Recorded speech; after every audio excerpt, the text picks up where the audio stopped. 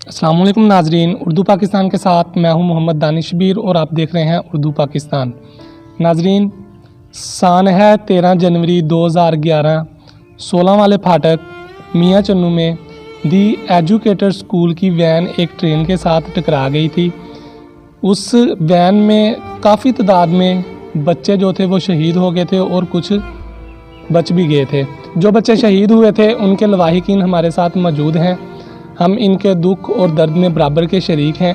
तो आइए इनसे गुफ्तगू करते हैं कि ये हादसा किस तरह पेश आया और इनको तब क्या महसूस हुआ था और इत्तला इनको कैसे मिली। अस्सलाम वालेकुम जी वालेकुम अस्सलाम। क्या हाल है अंकल जी, ठीक हैं? जी ठीक। अंकल जी सानू दसियो, जिस टाइम वो हादसा होया ਤੁਹਾਡੇ किस बच्चे नाल होया ते ਤੁਹਾਨੂੰ किस तरह पता लगा जी ये हादसा हो गया? बस जिस रूटीन वाइज ही बच्चे ਨੂੰ ਤਿਆਰ ਕਰਕੇ ਘੱਲਿਆ ਕਰੋ। ਧੁੰਦ ਹੈ ਸੀ ਉਸ ਦਿਨ, ਤਕਰੀਬਨ ਬੱਚੇ ਜਾਣ ਤੋਂ ਕੋਈ 20 ਮਿੰਟ ਬਾਅਦ ਸਾਨੂੰ ਫੋਨ ਆ ਗਿਆ ਕਿ ਇਸ ਤਰ੍ਹਾਂ ਹਾਦਸਾ ਹੋਇਆ। ਲੇਕਿਨ ਅਸੀਂ ਜਦੋਂ ਘਰੋਂ ਚੱਲੇ ਹਾਂ ਉਦੋਂ ਸਾਡੇ ਇਲਮ 'ਚ ਨਹੀਂ ਸੀ ਕਿ ਇਸ ਤਰ੍ਹਾਂ ਐਡਾ ਵੱਡਾ ਹਾਦਸਾ ਹੋਏਗਾ। ਅਸੀਂ ਆਖਿਆ ਕੋਈ ਮਾਮੂਲੀ ਹਾਦਸਾ ਹੋਏਗਾ। ਜਦੋਂ ਅਸੀਂ ਫਾਟਕ 'ਤੇ ਪਹੁੰਚੇ ਤਾਂ ਉੱਥੇ ਜਾ ਕੇ ਅਸੀਂ ਜਦੋਂ ਸੂਰਤ ਹਾਲ ਵੇਖੀ ਤੇ ਸਾਡੇ ਕੋਲ ਘਰ ਦੇ 3 ਬੱਚੇ ਜਿਹੜੇ ਸੀ, 2 ਮੌਕੇ 'ਤੇ ਸ਼ਹੀਦ ਹੋ ਗਏ ਸੀ, ਇੱਕ ਨੂੰ ਹਸਪਤਾਲ ਲੈ ਕੇ ਗਿਆ ਸੀ ਤੇ ਟ੍ਰੇਨ ਉੱਥੇ ਖੜੀ ਸੀ। ਫਾਟਕ ਉਦੋਂ ਕੋਈ ਨਹੀਂ ਸੀ, ਫਾਟਕ ਬਾਅਦ 'ਚ ਲੱਗਿਆ ਜਦੋਂ ਸਾਡੇ ਬੱਚੇ ਸ਼ਹੀਦ ਹੋ ਗਏ ਨੇ।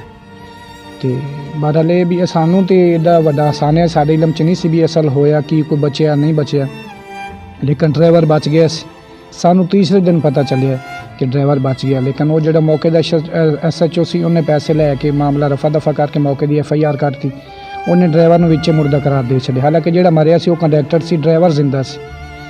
ਫਿਰ ਅਸੀਂ FIR ਵੀ ਕਟਵਾਈ। ਸਾਡੇ ਵਕੀਲ ਦੋਸਤ ਸ਼ਾਹਦ ਖੱਕੜ ਸਾਹਿਬ ਉਦੋਂ ਹੈ ਸੀ, ਸਦਰ ਸੀ ਮੀਆਂ ਚੰਨੂ ਬਾਹਰ ਦੇ, ਉਹਨਾਂ ਨੇ ਬੜੀ ਮਿਹਨਤ ਕਰਾਈ ਸਾਡੇ ਨਾਲ। FIR ਦੁਬਾਰਾ ਕੱਟੇਗੀ 302 ਦੀ। ਲੇਕਿਨ ਸਾਨੂੰ ਅੱਜ ਤੱਕ ਇਹ ਨਹੀਂ ਪਤਾ ਚੱਲਿਆ ਡਰਾਈਵਰ ਕੋ ਕਿਸੇ ਨੇ, ਸਾਨੂੰ SHO ਨੇ ਇੰਨੀ ਤਫਤੀਸ਼ ਨਹੀਂ ਹੋਈ ਵੀ ਹੋਇਆ ਕੀ ਸੀ ਉਸ ਦਿਨ, ਗੱਡੀ ਕਿਉਂ ਬੰਦ ਹੋਈ, ਵਜ੍ਹਾ ਕੀ ਬਣੀ, ਗੱਡੀ ਟ੍ਰੇਨ ਉੱਥੇ ਕਿਉਂ ਰੁਕੀ, ਕਿਉਂ ਵੈਨ ਲੰਘੀ ਕਿਉਂ ਨਹੀਂ। ਫਿਰ ਬਾਅਦ ਦੇ ਵਿੱਚ ਉਦੋਂ ਗਿਲਾਨੀ ਸਾਹਿਬ ਜਿਹੜੇ ਵਜ਼ੀਰ ਆਜ਼ਮ ਸਨ, ਉਹਨਾਂ ਨੇ 24 ਘੰਟੇ ਦੇ ਫਾਟਕ ਲਵਾਇਆ। ਫਾਟਕ ਬਾਅਦ 'ਚ ਲੱਗਿਆ। ਚਲੋ ਇਹ ਵੀ ਸ਼ੁਕਰ ਹੈ ਲੱਗ ਗਿਆ, ਸਾਡੇ ਤੇ ਚਲੇ ਗਏ ਤੇ ਚਲੋ ਆਉਣ ਵਾਲੇ ਬੱਚੇ ਸੇਫ ਰਹਿਣਗੇ। ਕਿ ਜਿਹੜਾ ਤੁਹਾਡਾ ਬੇਟਾ ਸੀ ਸ਼ਹੀਦ ਹੋਇਆ ਉਹਦੀ ਉਮਰ ਕਿੰਨੀ ਸੀ? ਉਹਦੀ ਉਸ ਦੌਰ ਤਕਰੀਬਨ 7-8 ਸਾਲ ਦਾ ਬੱਚਾ ਸੀ। जी तो नाज़रीन, आपने उनके वालिद की गुफ्तगू सुनी। एक और बच्चे के वालिद साहब हमारे साथ मौजूद हैं, तो आइए उनसे पूछते हैं कि वो हमें क्या कहते हैं। अस्सलाम वालेकुम। वालेकुम अस्सलाम। की हाल अंकल जी, ठीक हो? बिल्कुल ठीक।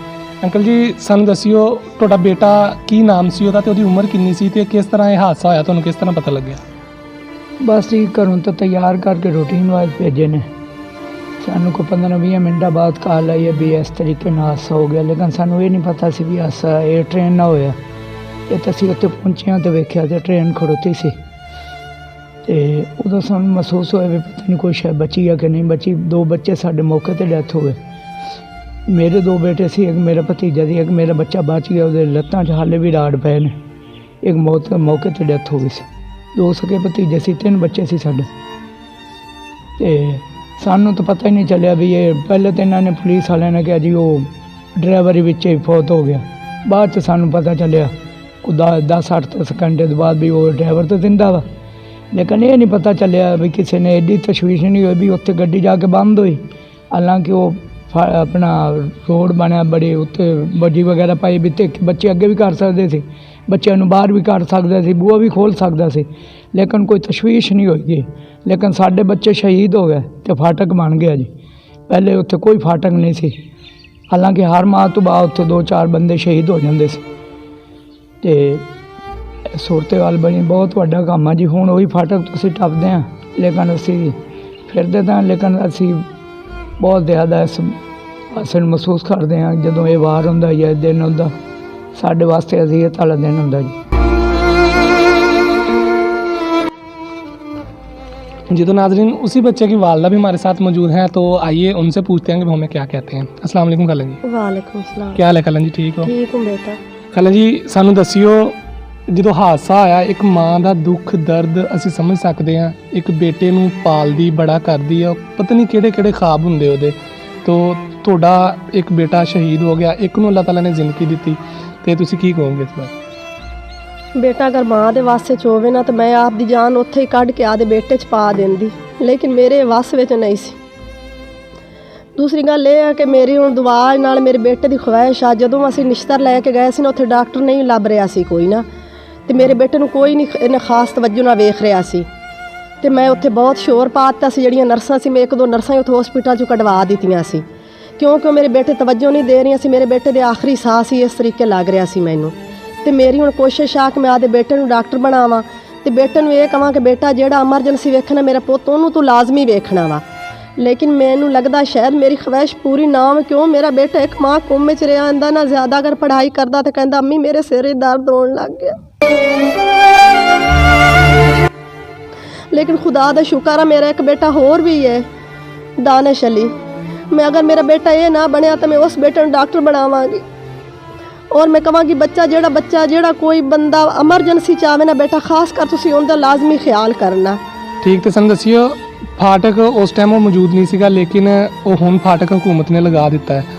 हाँ जी बिल्कुल, साडे बच्चों के खून नाल ना ये फाटक लगे है। लेकिन मैं ये कहनी हाँ कि जिन्हों के भी प्यारे मर जान ना, वो कोशिश करन कि आखिरी दफा उन्होंने आके चेहरे वेख।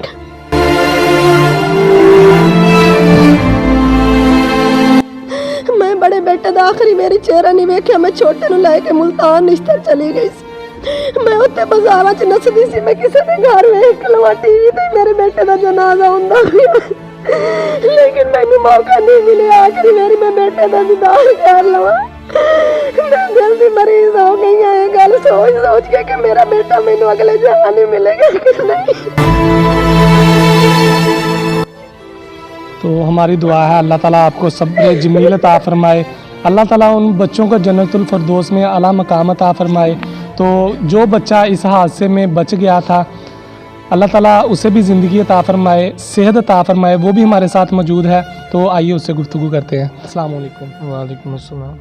भाई जी, सबसे पहले तो बेहद गम है कि आपके छोटा सा भाई आपके साथ शहीद हो गया, लेकिन इस बात की खुशी भी है कि अल्लाह ताला ने आपको ज़िंदगी दी, आपको सेहत वाली लंबी ज़िंदगी दी अल्लाह ताला।